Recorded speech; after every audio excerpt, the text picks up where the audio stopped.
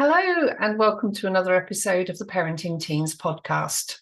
This is the podcast where I help parents to learn personal development strategies and talk through personal growth concepts to help you build stronger bonds with your teenagers or young adults. In turn, you can support them at home through stress, anxiety, depression, and even suicidal depression. One of the things I want to briefly bring up before I go into today's topic of positive thinking is a little bit about statistics around mental health and emotional well-being. Now, mental health is quite frequently reported across the internet as being a mental health crisis of 1 in 5 people needing support. I recently took some numbers and crunched them, and I realized that compared to the 50s, where there was no register of psychologists and counsellors, through to the 70s, where there was a register in the UK, and there was then equivalent to one qualified psychologist or counsellor for every 500,000 people, we have made massive progress through to today, where there is 238,000 qualified professionals, which equates to, compared to the population of 69.7 million, or whatever it is, nearly 70 million, it equates to one professional for every 289 people in the UK. Now, if 1 in 5 people, 1 in 4 or 1 in 5 people are on the mental health list waiting for support, we still have a massive shortage of support despite the incredible number of professionals per capita in the UK. So when you think about 1 in 5 people needing mental health support, that almost means that we need one professional per household, pretty much, or close to.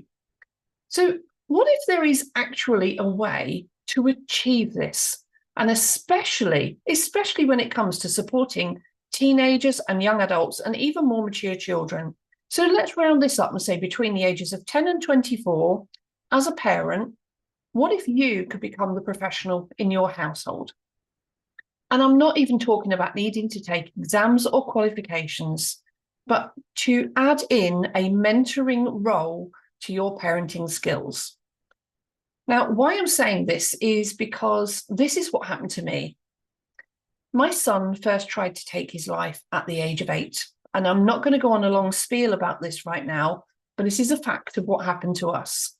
By the time he was 20 years old, we had seen school teachers, head teachers, county head teachers. We applied to the LEA for assessment, and he had been refused even an assessment, despite being suicidal every single day for a year.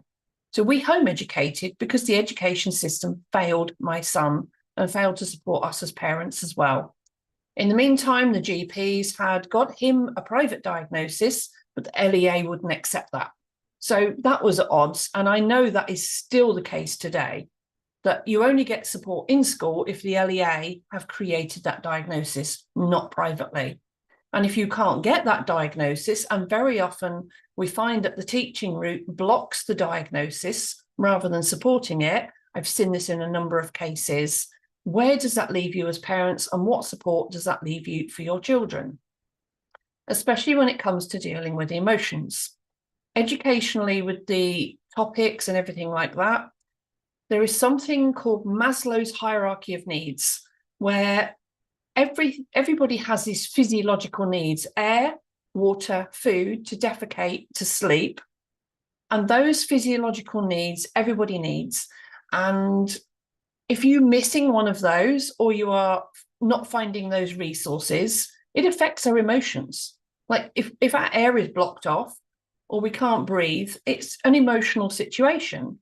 If we're thirsty, if we're hungry, when we need to go to the toilet, that's enough to stop your brain from working properly until you get there. And then you're like, oh, I can think again now. So every level, everybody has these physiological needs. The next one is safety and security. And for children, when school doesn't feel safe and secure, and the other one is to feel loved and appreciated, when we don't feel loved and safe, education comes on the next tier above that.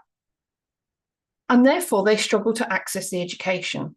So if we can start to tackle a way in which children can feel safe, appreciated, loved, nurtured, and then they can access the education, doesn't that sound amazing? But our current school system, when it is not supporting the diagnosis for neurodivergent children, and it's not addressing their emotional needs in school because it's all geared up for educational needs, it's leaving a massive gap where no matter what we try to do to support these children, whether they're 10 or right through to 20 in college, whatever, they are not able to access education efficiently or effectively when their emotions are still in the way of learning. And a good way to imagine this is, you try going to work or try doing your day's work when you are scared of something happening, right? When we have a fear of something happening, or we are angry about something that's happened, our brain automatically keeps going to that instead of focusing on what we should be doing or what we could be doing. And so those emotional needs get in the way of progress. And for children in school, it is a massively emotional time that is actually, on the Maslow's hierarchy of needs, blocking their progress with education. But here's the thing. If we can resolve the emotional issues, the education starts to fall into place quite quickly. So how can we resolve their emotional needs?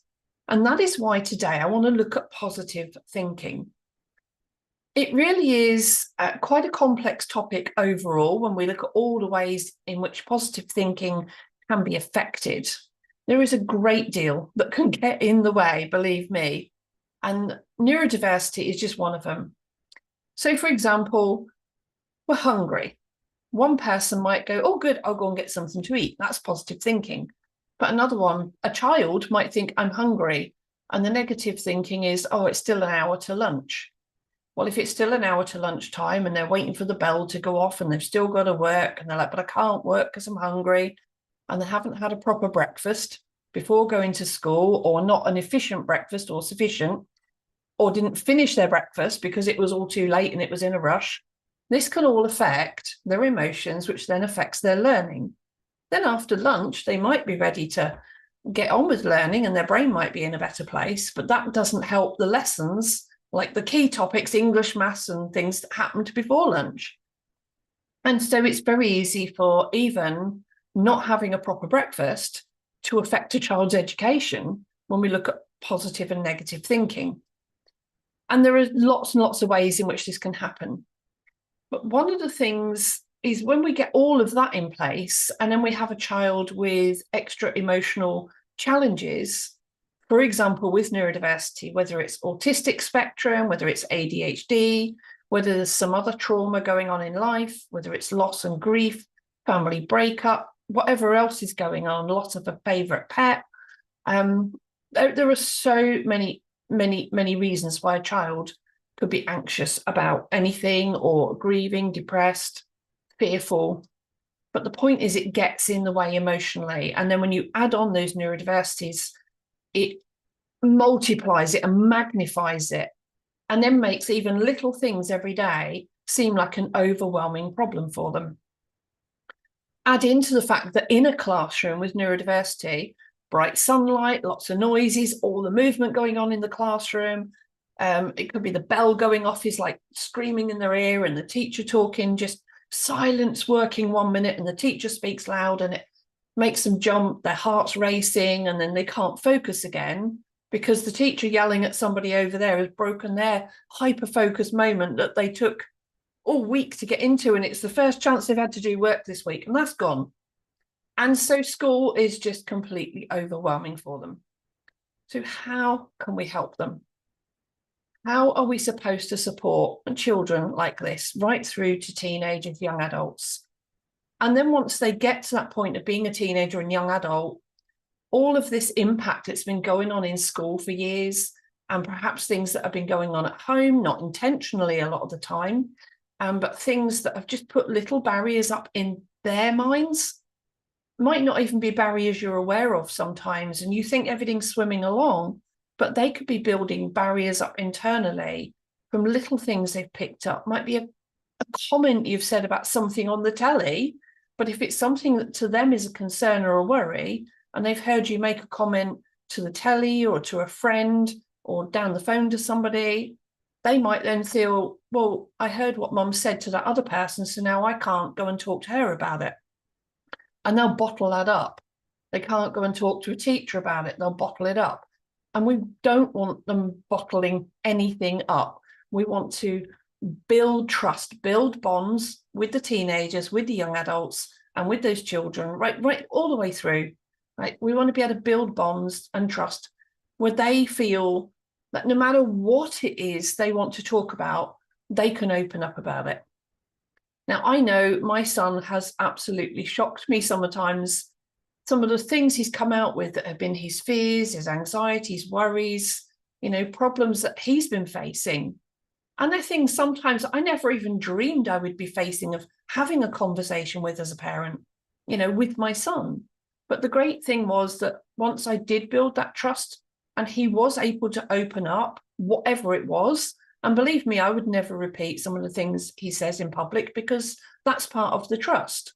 I don't turn around and say to my friend, oh, you'll never guess what he told me the other day, because that is part of the trust, is he knows what he tells me is just between us. And therefore he feels he can come back and ask me again and again. So I never ridicule him. I never joke about what he says. I listen, and whatever my views, beliefs and thoughts are about it, it's not my problem I'm trying to resolve. It's his problem, and it's his thoughts, his feelings, his beliefs. And I have to sit and respect that in the moment and listen to him. So listening skills, I think, is another one I've got to do another week very soon as well as a topic. But for positive thinking, whatever it is that they share, whether it is challenges in the classroom or at home, something in their own personal beliefs, whether it's peer pressure, whether it is concerns about the homework or more sensitive topics that they're getting into as they're maturing, like smoking, drinking, sex, drugs, if they want to discuss it, are you fully geared up to have that conversation with them? Will you listen non-judgmentally and help them resolve their problem without making it your problem? And that is a difficult skill sometimes to learn. For some people, I might think, oh, that's very obvious. Yes, we do that. But it is surprisingly it takes quite a bit of practice to get it just right, so that they will always come back and trust you, or to know when they feel like boundaries are being pushed and to back off again. But one of the things today I want to bring about is positive thinking, and why this is so important. Whenever a child brings a problem to you, the minute we react to it, right, if we think negatively or react negatively, we're teaching them that's how to react to this problem, negatively. And that's not really where we want to be taking them. We want to be lifting them up. Whatever the problem, we want to give them hope. We want to give them inspiration. We want to give them solutions where they can choose the right solution for them. We don't want to give them orders and say, this is what you've got to do to resolve it. Very rarely anyway, but majority of the time, we want to be giving them solutions where even if it's kind of not a choice, it feels like a choice for them to make that choice, because then it embeds a sense of self-esteem with it as well. So positive thinking might be, I got bullied at school. So they talk to you about being bullied. And I talked last week about siblings arguing, and it was a really great conversation, a really great podcast. If you haven't seen that episode, I highly recommend checking it out, because even if you don't have siblings, you have a single child, you can look at it from an aspect of that social interaction between two children, even if it's your child and another family member externally, or another school child, or somebody in your local society, like a friend.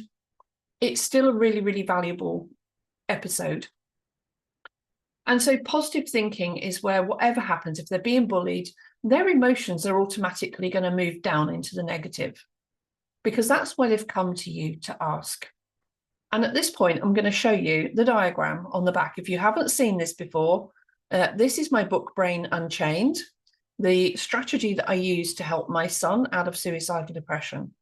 And this, because he was a visual learner, is the emotional cycle diagram that I designed to help him understand his emotions. Once he could see them, he could finally understand them.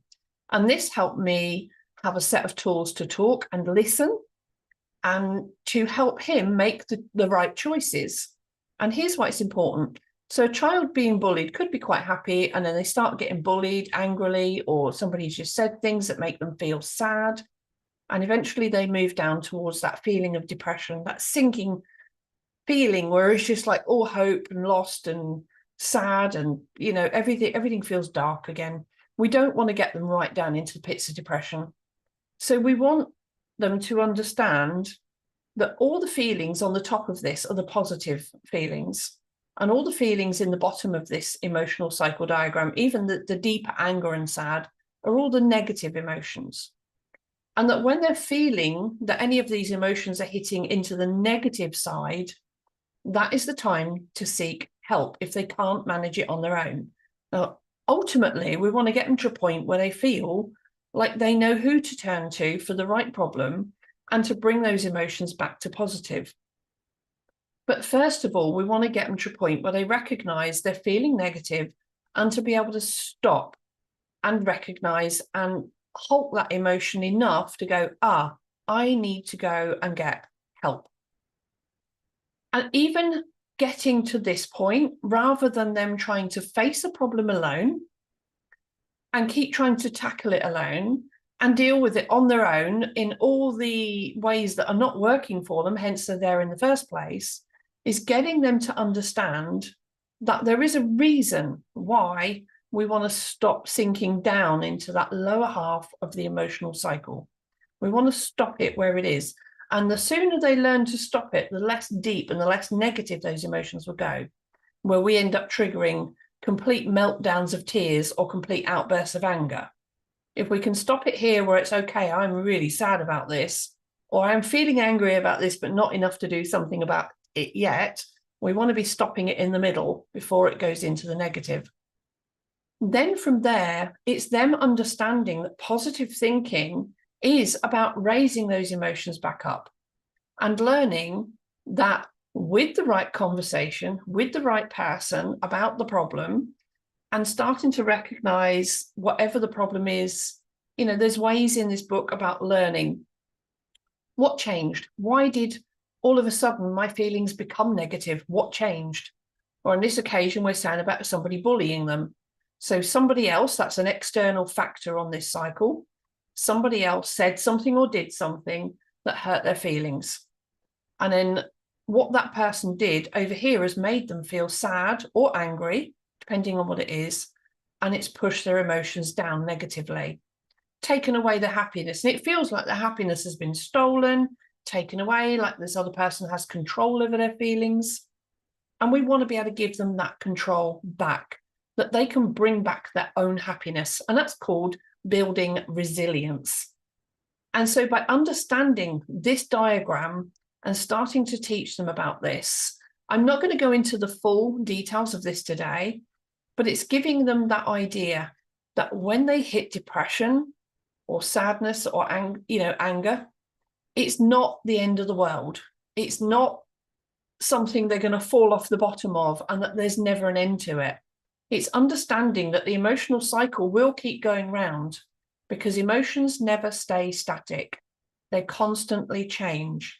And when they comprehend this and understand that actually how they think, feel, or believe versus things that they can do in the outer world, and one of those might be, okay, I was feeling angry, inner thoughts, feelings, and beliefs, and I believe that person's an absolute a-hole for coming and having a go at me like that, or they're a real bully.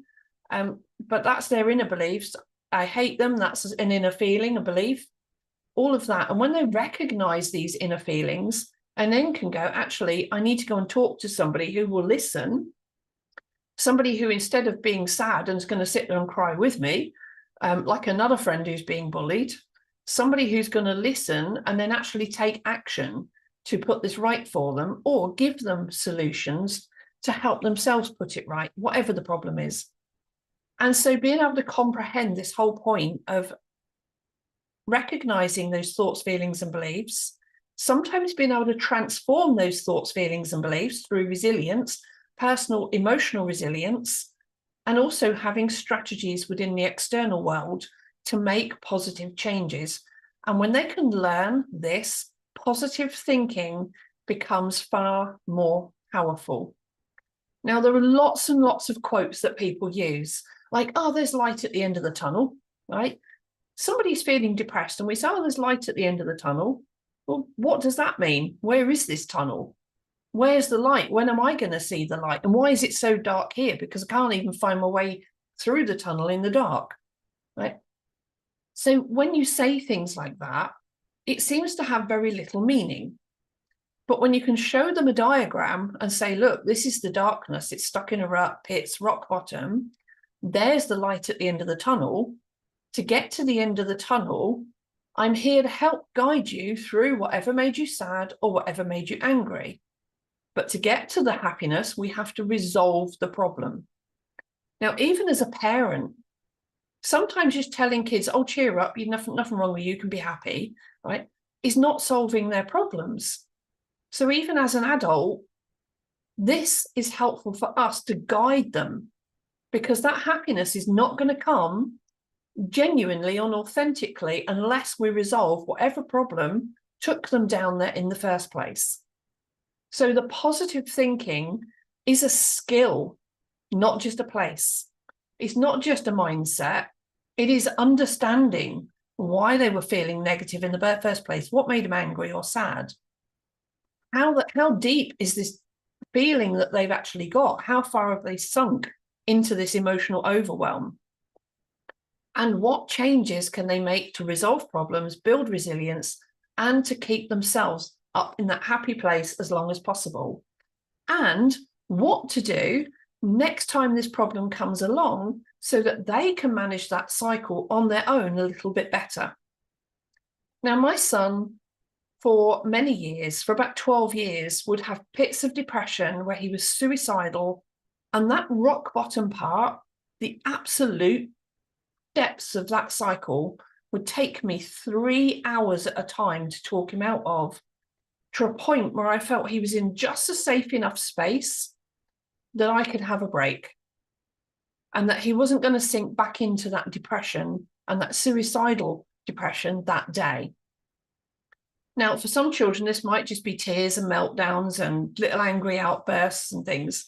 But for my son, it was the absolute pits in the bottom.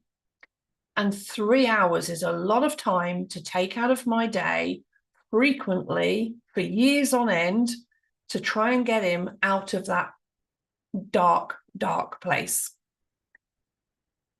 And yet, after all of those years of doing that, when I started to teach him this strategy, that was the last time he ever talked about dying. Within literally about 2 months of doing this, instead of me sitting with him day after day for 3 hours at a time after work, trying to keep my family afloat, and keep the family unit together, trying to keep him in a safe space, he rang me up at work one day and he said, oh, Mum, I've just talked myself out of one today in 10 minutes. Wow, I could breathe. As a parent, for me, that was such an emotional relief to know that he had finally grasped the concept of managing his own emotional cycle. Now, it wasn't going to happen every single time, because he still had a lot of life challenges to face that were going to push him beyond the bounds of his comfort zone. And this is why I really believe so much in the power of parents learning this strategy and becoming one of those 1 in 5 mentors to help relieve not only the NHS waiting list, that's going to help the budget of the country overall for a start, just helping reduce the waiting list, but it's not about that. All those teenagers, young adults, and parents who are stressed, waiting for mental health support, if we can resolve these emotional challenges by learning resilience by learning about the core emotions and how to use positive thinking in the best possible way with this visual strategy, right? That is powerful. And it's putting support in the home where as a parent, you are learning skills that are even going to improve life for you. I know how this turned my life around and made emotional control easier for me as a parent too, because it is very stressful and very overwhelming supporting a teenager at that level every single day when they are in that darker place. So it took away a lot of my anxiety and gave me those tools. And then by my energy raising up and me having a more positive approach to mentoring him, his energy raised as well. And so literally within a couple of months, he was saying he could talk himself out of some of these pits of depression.